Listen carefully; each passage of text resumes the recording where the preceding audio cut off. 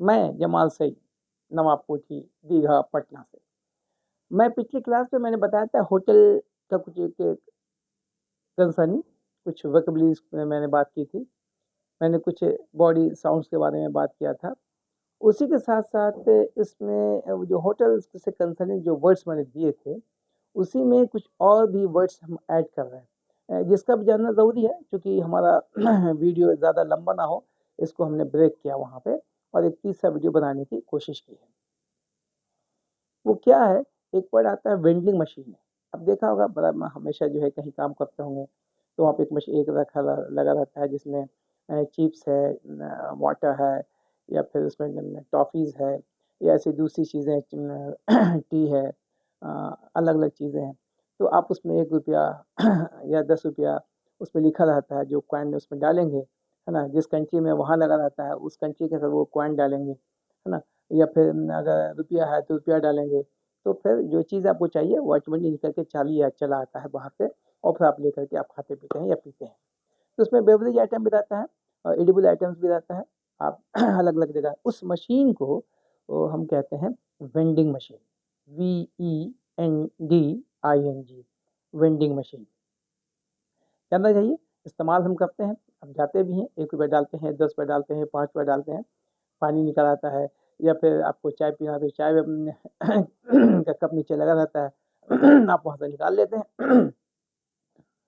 या कोई चॉकलेट हमें लेना है या कोई चिप्स लेना है, ये छोटी-छोटी चीज़ें उसमें रहती हैं सजी सजी हुई और खाली उसपे लिखा भी रहता है कितना पैसा इसका, क्या कीमत है, वो आप डालते हैं और आपको चीज़ें मिल जाती हैं। उस मशीन का नाम है vending machine, vending machine, vending machine, vending machine.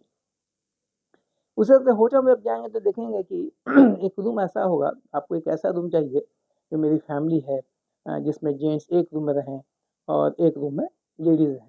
या एक रूम में हस्बैंड-वाइफ रहना चाहता है, एक रूम में दूसरे हमारे परिवार के लोग रहना चाहते हैं, जो भी है। उस जगह को हम लोग कहते हैं एडजॉइनिंग रूम, एडजॉइनिंग रूम चाहिए। तो हम जाएँगे तो काउंटर बोलेंगे हमें रूम नहीं, हमें एडजॉइनिंग रूम चाहिए।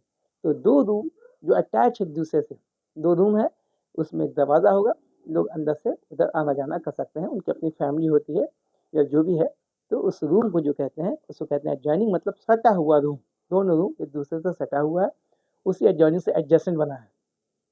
तो यहाँ पर मेरा मकसद बताने का है कि 2 रूम एक-दूसरे से कनेक्टेड मुझे चाहिए, जिसके अंदर एक दरवाज़ा होगा, लोग अंदर से आना-जाना कर सकते हैं। उनकी अपनी फैमिली होती है, उनमें जो लोग होते हैं, वो अपना एक कभी इधर आना चाहते हैं, दूसरे उधर आना चाहते हैं।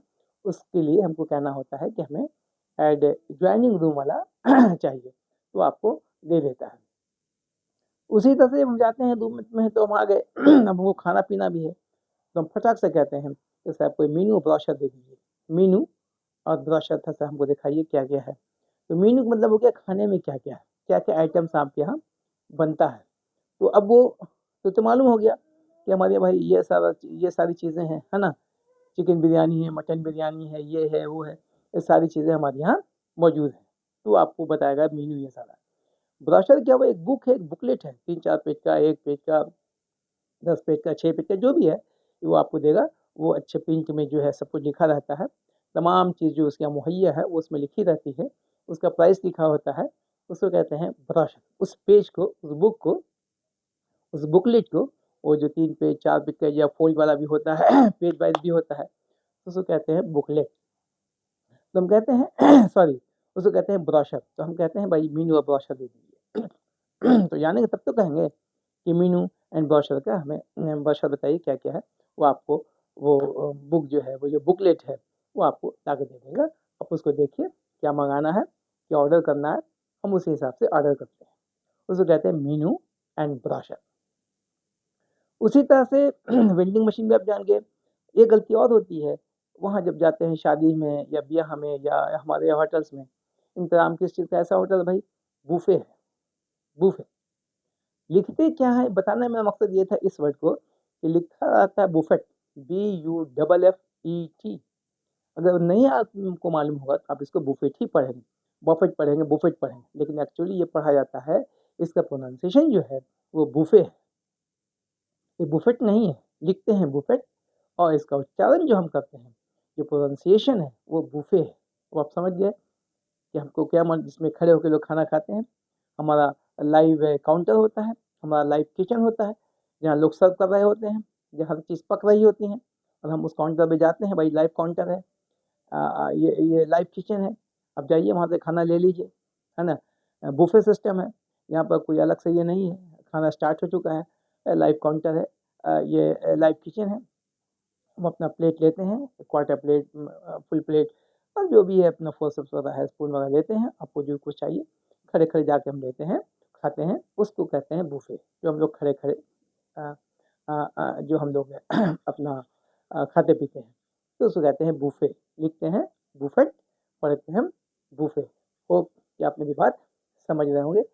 आज की क्लास यहीं तक, इसका इस्तेमाल कीजिए ताकि जहन में रहे, नहीं तो आप जल्दी भूल जाएंगे। ठीक है, आज का क्लास यहीं तक। शुक्रिया।